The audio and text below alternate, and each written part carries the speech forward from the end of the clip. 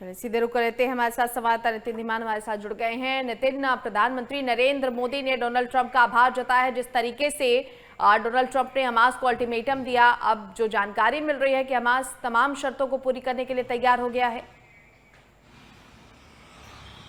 देखिए, पूरी दुनिया ने इसका स्वागत किया है। खुद प्रधानमंत्री मोदी ने भी स्वागत किया है कि कोई भी पीस होता है गाजा में खासकर हमास और इजराइल के बीच में, तो उसका स्वागत करते हैं। लेकिन यहाँ पर कई चीज़ों पर पेंच फंसा हुआ है। ट्रंप ने मसलन इसके ऊपर धमकी दी थी कि रविवार 6 बजे तक आप इस 21 पॉइंट्स का एक एकड़ बनाया गया है, इसको मान लें।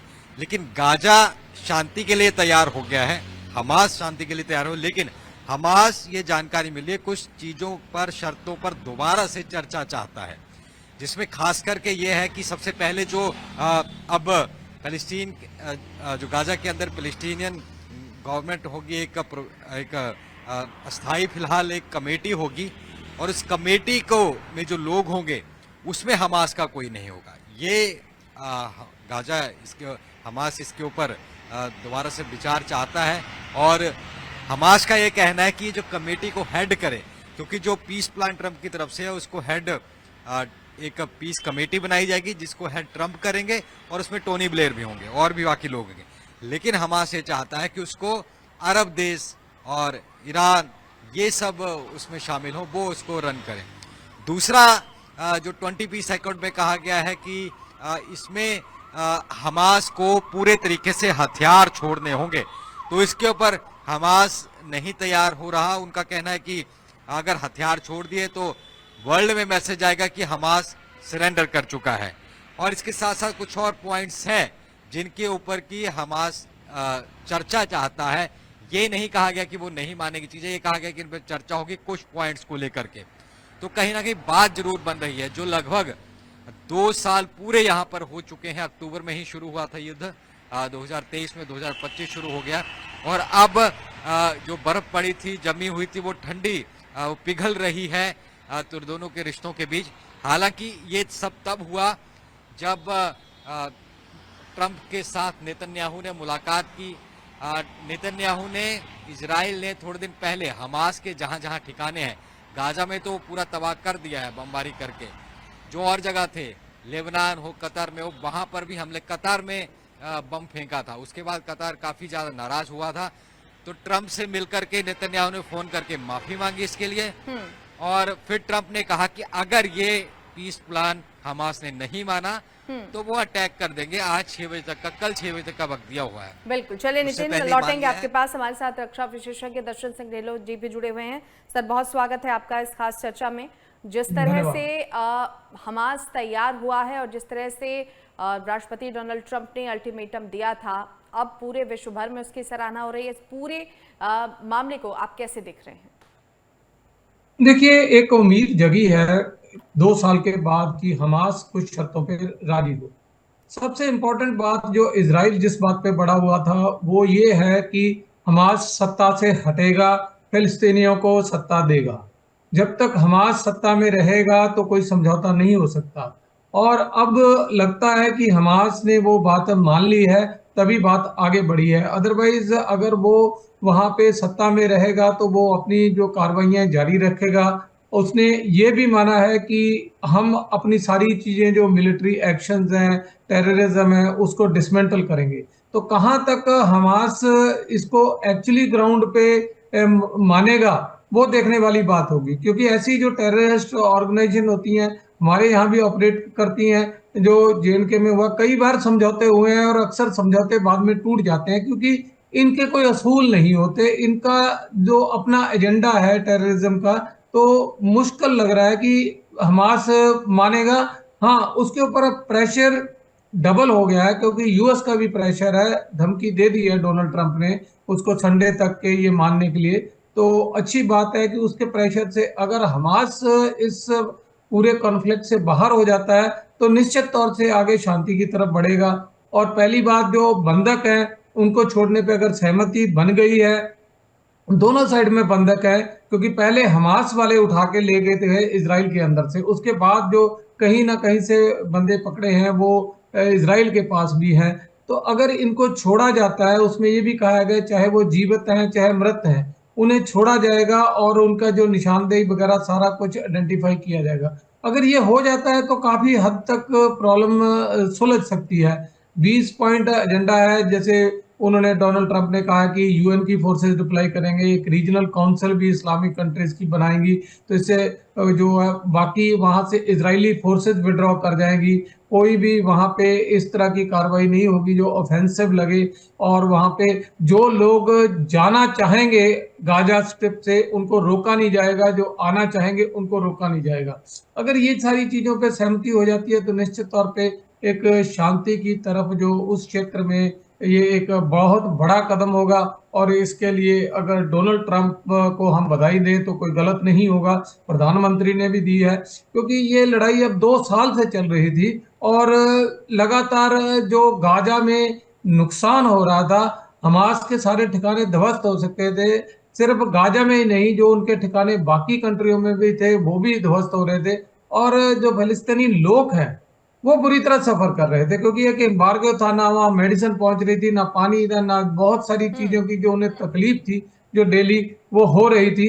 तो एक उम्मीद है कि जो ह्यूमैनिटी है उसका एंगल देखा जाएगा और वहां लोगों को तुरंत राहत मिलनी शुरू होगी, और ये एक अच्छी बात है, होना चाहिए, तो हम इसका भी स्वागत करते हैं। लेकिन सर अभी भी ऐसे बहुत सारे उसमें क्लॉज हैं, नॉर्म्स हैं जिन पर अभी हमास सहमत नहीं हुआ है, उसने वक्त लिया है।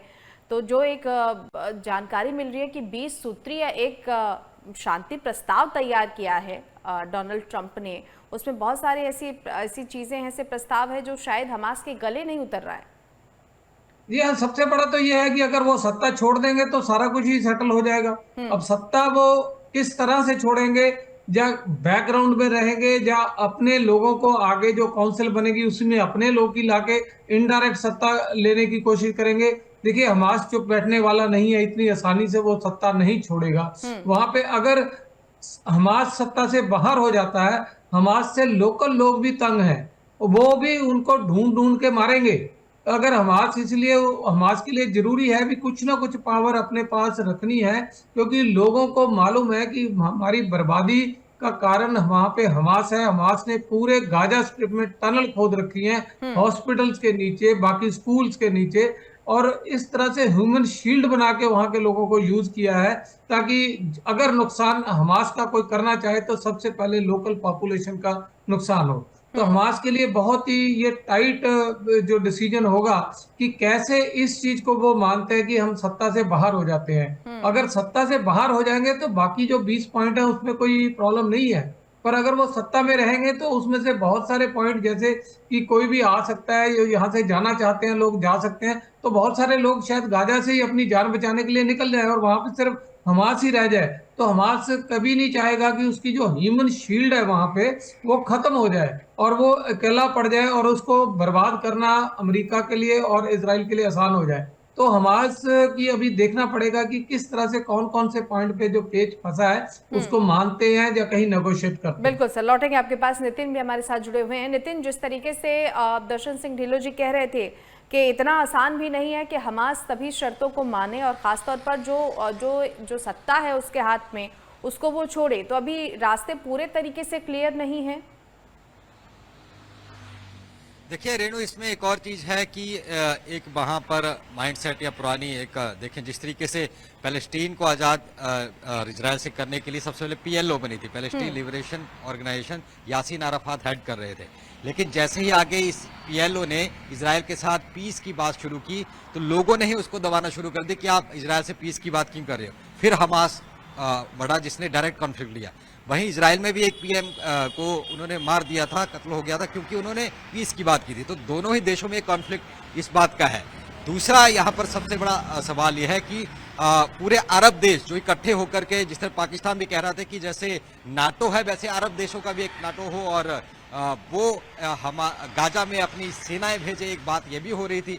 तो अरब देश इसके लिए मानेंगे या नहीं, क्योंकि जो एक प्रोविजनल सरकार चलाई जाएगी, जो कमेटी बनाई जाएगी, खुद उसको ट्रंप हेड करेंगे और टोनी ब्लेयर उसमें होंगे, यानी कि इनडायरेक्टली अमेरिका उसको हेड करेगा। अमेरिका इस वक्त इजराइल के साथ है। तो क्या अरब देश इसको मानेंगे? हमास ने पहले कह रहा था कि उसने ये भी कहा है कि ये जो नई सरकार बनेगी, इसकी जो कमेटी होगी इसमें अरब देश भी हो, यानी कि सऊदी अरेबिया हो, इराक हो, ईरान हो, तो वो भी यहाँ पर होने चाहिए। तो वो यहाँ पर बड़ा पेंच फंसा। दूसरा जो होस्टेज की बात की, होस्टेजेस जिंदा है या नहीं है, कहाँ है, और यही चीज है जो उनके पास है जिसके लिए नेगोशिएशन हो रहा है। और क्योंकि लड़ाई जो है ये अरब को भी पता है और हमास को भी पता है कि वो जीत नहीं सकते आसानी से, इतनी लड़ाई हुई है। अब मोसाद क्योंकि टेक्निकली चलती है, हमास गोरिल्ला वार करते हैं, तो बहुत चीजों का फर्क है। इससे पहले जब यूएन ने इसको घोषित किया था इजराइल को देश, उसके बाद से ही सभी अरब देशों ने लड़ाई कर दी थी इजराइल के खिलाफ, तब भी वो टिक नहीं पाए थे। तो उनको पता है कि आप लड़ाई में नहीं जीत सकते हो, भले ही इजिप्ट सब उनके साथ बड़ा हो एरिया में, या सऊदी बड़ा हो, कतार हो, लेकिन ये जरूर अब तय हो गया है कि इनके साथ समझौता करना पड़ेगा। लेकिन हमास, ये हो सकता है कि इसकी जरूर, क्योंकि जिस तरीके से बैकफुट पर पूरा हमास को खत्म किया जा रहा है, गाजा में एक पूरी नस्ल ही खत्म की जा रही है, तो उससे जरूर बैकफुट पर आया है। इसलिए हो सकता है कि अभी थोड़ा सा रुक के फिर से एक ऐसी वारफेयर बनाई जाए जिससे इजराइल पर हमला किया जा सके। जी दर्शन सिंह जी, आपके पास आना चाहेंगे, आपसे फाइनल कमेंट। जिस तरीके से ये पीस एक तरीके का प्रस्ताव तैयार किया गया है, कई सारे ग्लिचेस भी हैं और नितिन भी कई तरह के जो संभावना है वो भी बता रहे हैं, लेकिन सर आपको लगता है कि ये जो शांति प्रस्ताव है और जो मेन मुद्दा है, जो बंधकों की रिहाई का मेन मुद्दा है, उनकी सुरक्षा सुनिश्चित करना इस वक्त सबसे महत्वपूर्ण है? जी हाँ, बिल्कुल। देखिए, बंधकों के अभी जो स्टेटस है किसी को नहीं पता है कि उनमें वाकई कितने लोग जिंदा हैं, जब मर गए हैं, जब है भी या नहीं, उनमें से कोई जिंदा बचा या नहीं। बिल्कुल। तो ये बहुत बड़ी बात होगी कि अगर बाद में पता लगे कि बंधक तो कोई जिंदा ही नहीं बचा है, या उनको मार दे हमास उससे पहले ही कि नहीं कोई जिंदा नहीं बचा था, तो उनको हमास से जो बंधक छुड़ाने हैं वो एक बहुत बड़ी समस्या है, क्योंकि हमास उसमें कितना कॉपरेट करता है ये हमास पे डिपेंड करता है। और दूसरी तरफ इजराइल में जो बंधक हैं उनको भी छुड़ाना है, तो इजराइल ने खैर बाद से पकड़े और इजराइल रेडी है कि अगर हमारे बंधक छोड़ देंगे तो वो भी छोड़ने को तैयार है। पर हमास इस कॉपरेशन में कहाँ तक सहमति जताता है, कहाँ तक कॉपरेट करता है, ये देखने वाली बात होगी। पर हमें उम्मीद नहीं छोड़नी चाहिए। एक जो उम्मीद की किरण जागी है तो हमें इसको जिंदा रखना चाहिए और उम्मीद करनी चाहिए कि हम शांति की तरफ वहां पे बढ़ेंगे। जी चलिए सर, बहुत धन्यवाद आपका। नितिन, आपका भी बहुत धन्यवाद इस तमाम चर्चा में जुड़ने के लिए और जानकारियों को साझा करने के लिए। तो एक शांति प्रस्ताव डोनाल्ड ट्रंप की तरफ से तैयार किया गया। फिलहाल हमास ने कुछ शर्तें मानी हैं और आगे की शर्तों पर विचार करने की बात कही है।